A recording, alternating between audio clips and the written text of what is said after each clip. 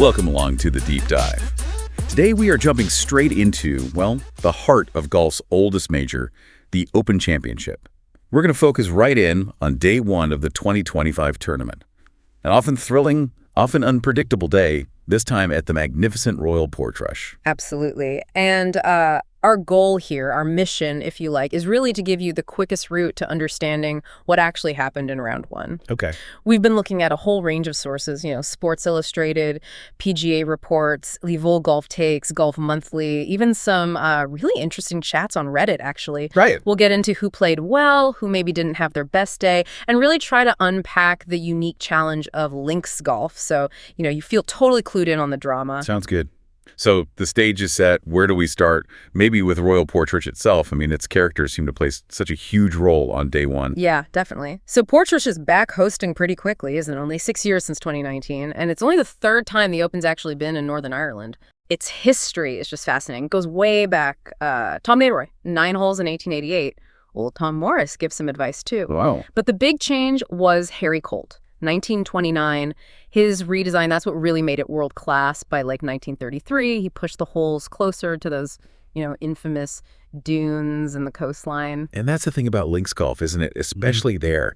It's tough. not just hitting the ball well. It's like this constant battle with, well, chaos almost. Exactly. Day one, it wasn't just about great shots. It was managing the wind, the rain of those pot bunkers with the sod faces. Yeah, brutal. And the turf, so firm and fast, the ball just bounces. Well, who knows where sometimes. Plus that knee-high fescue just waiting. Right. The key thing, I think, is that it forces even the top guys to just improvise, constantly adapt. Those fairways, too, cut like little runways, they said. Really tight off the tee. Demands precision. It's a totally different mental game. And speaking of demanding spots, anyone watching day one surely remembers the 16th, the par 3 Calamity Corner. Oh, yeah. What was it about that hole that just seemed to trip so many players up? Calamity Corner. The name says it all, really. You can almost feel the tension just thinking about it. It's this uphill beast with a yawning chasm to the right. That's how they described it. Yeah. And it really was pivotal. You saw guys making these split-second choices, can make or break the round right there. Less about a perfect swing, maybe more about just pure nerve. Absolutely, pure nerve. And if you zoom out a bit, Northern Ireland, the whole area, it's just a golfer's paradise, isn't it? A real golf mecca. Mm-hmm. Beyond Portrush, you've got world-class tracks nearby. Castle Rock, Port Stewart, Ardglass that went along the cliffs is just stunning. Right. And then Royal County Down, Yeah. which is just insanely good. Arguably, one of the very best links experiences anywhere. Just imagine planning a trip to play those courses. Oh, I am. You can almost feel that wind off the Irish Sea just talking about it. Yeah. Okay, so we understand the course. It's bite. Let's turn to the scoreboard. Who actually managed to tame the beast on day one? Well, day one finished with a big log jam at the top. A 5-way tie, actually. All at 4 under par. 5 ways. Wow. Yeah. Jacob Skavaleisen, Haotong Lee, Matt Fitzpatrick, Christian Bezwijdenhout, and Harris English, all sharing the lead. Okay. Any surprises in that group? Definitely Jacob Skavaleisen. He's a 26-year-old Dane, shot a fantastic opening 67. I think golf fans everywhere were suddenly, scrambling onto Google to find out more about him. Yeah, I bet. A real breakout round. For sure. Okay, so you have the surprise element. But what about the big names? All eyes on Scotty Scheffler, world number 1. How did he handle things? Scheffler was Scheffler, wasn't he? Just typically steady. Fired a really solid 3 under 68. Nice start. Yeah, his best open start, actually. And he finished strong, too. 2 birdies in the last 3 holes. What really stands out, though, is his putting. Gained over 2 strokes on the field with the flat stick. Wow. Which is incredible, considering the wind and rain were making even tee shots difficult, let alone putting. Just shows his mental game, really. That's impressive. Yeah. Now, Rory McIlroy. His day was called more of a thrill ride. Yeah. What did that actually mean? And how did he end up just fine at 1 under 70? Especially with, the whole homecoming narrative. Yeah, Rory's round was, it was something. A bit of a roller coaster. And this is where it gets really interesting, right? His connection here is so deep.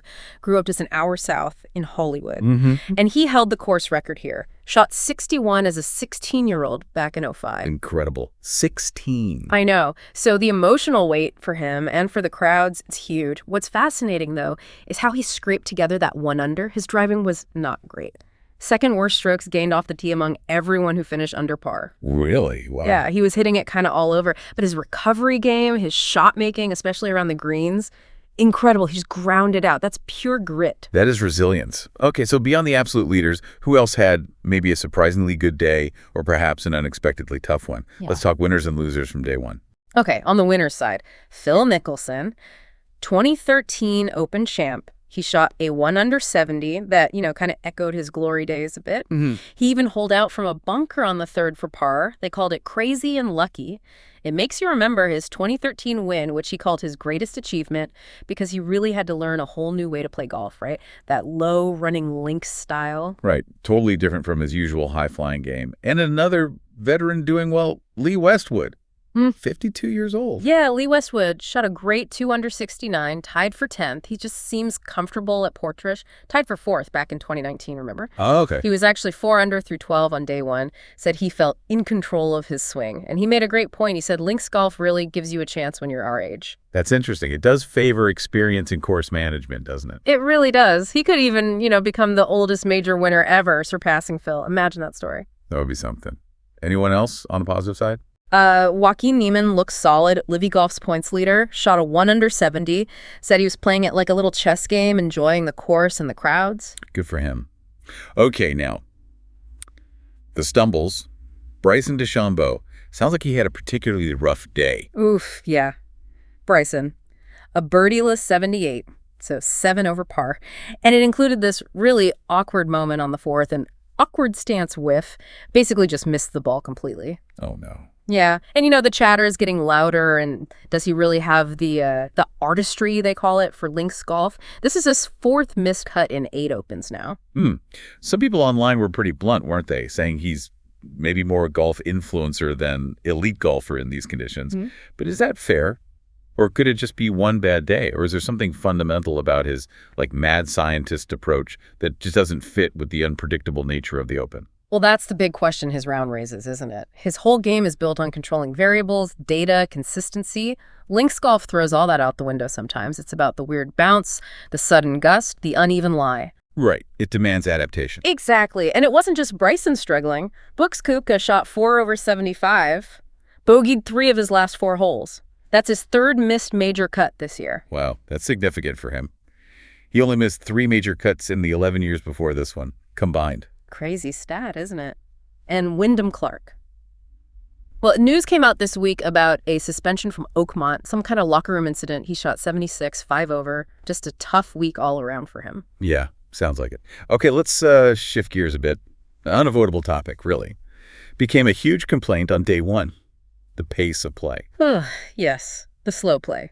Rounds taking almost 6 hours. Mark Leishman said it felt like 12 hours out there. 3 hours just to play 8 holes for his group. Rory's group took 4 hours for 11. What was going on? It sounds soul-destroying, honestly. And yeah, there were definite bottlenecks on the course. The drivable 5th, then the par 3 6th right after, and the par 5 7th where guys were waiting for the green to clear.